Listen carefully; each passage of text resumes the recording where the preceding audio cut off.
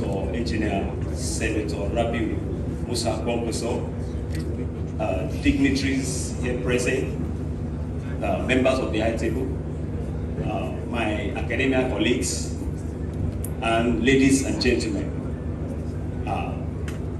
From the point of view of the paper presenter, in fact, when I was presenting, I was checking my notes where we didn't discuss, and I discovered that virtually all I have, some other people, they will show something on the screen, and in reality, they are not there. So we will see that there's honesty on the part of His Excellency Engineer Kwankwaso. Now, quickly, I want to say something about leadership.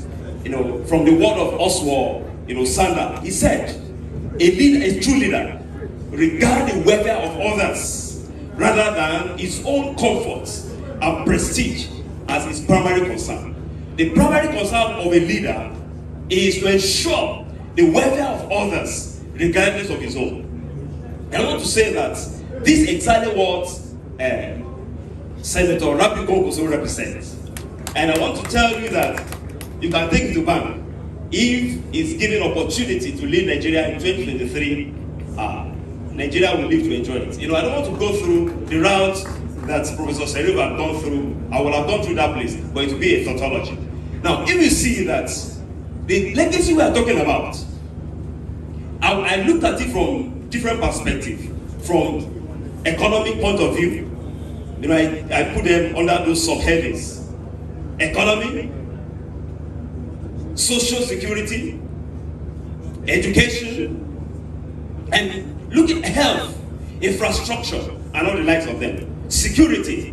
Now, when I look at some of this legacy he left behind, I looked at the challenge that Nigeria is going through now.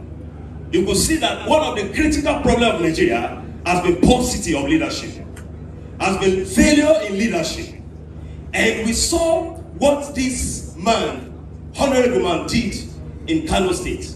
The first 4 years, something I learned from him. I learned humility. Now, how do I mean by that? In 2000, he was the governor in 2 different times. Between 1999 and 2003, he was there. He stepped aside, right?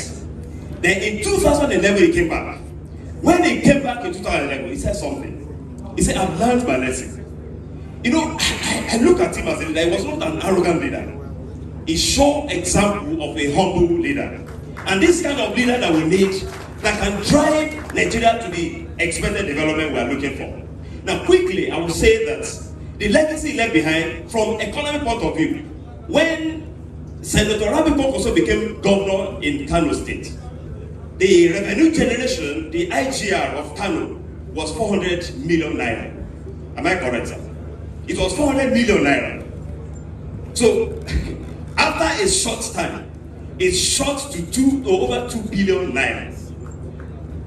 He was able to stop the siphoning of over 500 million through his leadership prowess. Not only that, there was a empowerment program. Youth were empowered. He trained them and gave them jobs to do. Women were empowered. He gave them opportunity and give them, a chance to earn a living and have economy, standing. Over 100 women were done when, he did that in each of the local governments. 44 times 100, what is that? 4,400. So 4,400 were, and that was done regularly. Also, youth were empowered from different local governments. Also, we saw the social justice. In social justice, that was economy. In social justice, I saw what Kwankwaso represents. Kwankwaso stands exactly for the concept of trust in governance, fairness, justice, equity, no to corruption, and mismanagement of resources, no to deception and cowardice, job creation for the teeming population, development of education, entrepreneurship, especially for the youth. This is what Kwankwaso stands for. And what is social justice? Social justice is giving opportunity, equal opportunity to everyone available, regardless of your creed, your belief, your aspiration. So, and that is what Kwankwaso movement stands for. And that's what Senator Konkoso stands for, in his ideology. Education. Senator Konkoso, 2 universities, 2 state universities. How did you do this, sir? I wonder how did you do that? As we used to fight governments, how can you establish a university? Just like that. But 2 universities, one of it is changed to Sule Maitama University. I think I'm correct, yes. Has been changed to that now. Now, Northwest, yes. So, now, several youth were saying, abroad, home and abroad, to private university in Nigeria, so Cyprus, Ghana, all over the world for schooling. Even though it was challenged later on. Some people stopped it.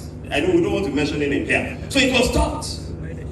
Now why should you waste money to go and study chemistry, to go and study this everywhere? But he understood that human capacity development means a lot for development. When you fail to develop man, you fail to achieve development. And that he understood. And he vehemently, went through that. Also, on the part of infrastructure, he constructed bridges and underpass, several of them. In fact, Kano became a tourist attraction to so many people that have not seen such before. They came around. People were coming from all over, from south, from west, from another, northern state. And also in health, he constructed several hospitals. The rate of maternal mortality rates reduced drastically under his watch.